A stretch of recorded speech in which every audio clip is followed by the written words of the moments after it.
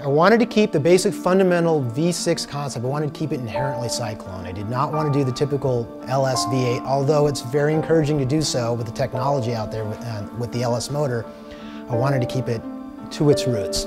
But I wanted to enhance it so that it ran better than it did from the factory.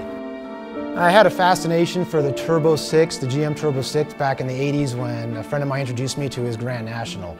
And then the Syclone came out in 1991 and I was just mesmerized by it. I was fascinated by it. I drove 4x4s and modified off-road vehicles in the past, so it took an appreciation for trucks and combined that with the Grand National, and that was the allure, the appeal of the car. It couldn't haul anything but ass, but it was a good truck, yes.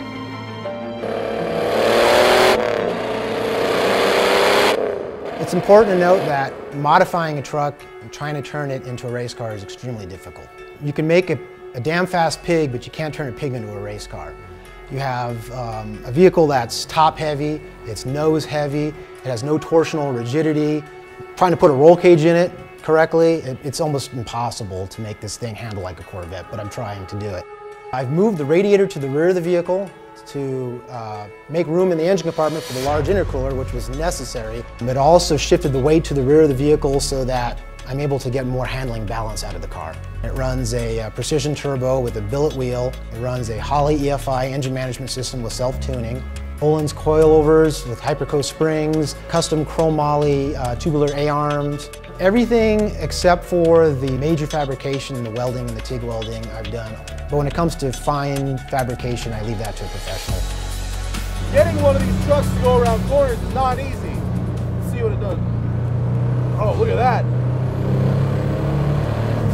The handling, I mean, considering what he started with, the handling is amazing. 315 square stance. The power delivery is just instant. You get a wide power band, but you also get that surging feel that you want with a turbo.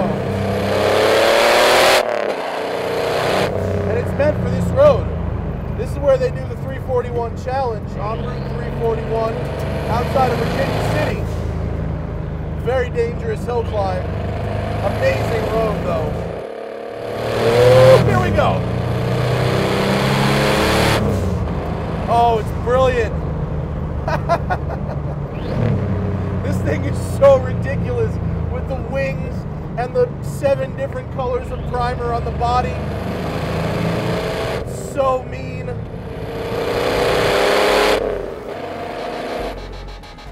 I run time trials, SCCA time trials. We do hill climbs, the Virginia City Hill Climb, the Spectre 341 Challenge, we ran that. We're looking to possibly do the Silver State Classic. Typically I don't drive it around the street. For all those purist Syclone lovers out there, the wing and the splitter does come off for street use. But for the racetrack, we need the added downforce for this aero brick because we have the radiator in the back and there's a giant reverse NACA duct back there which actually creates lift, and trucks themselves inherently create lift. So when we're going 120 miles an hour around the S's, we want to make sure we have adequate downforce pushing down on the tires. It's pretty brutal. It's pretty nasty.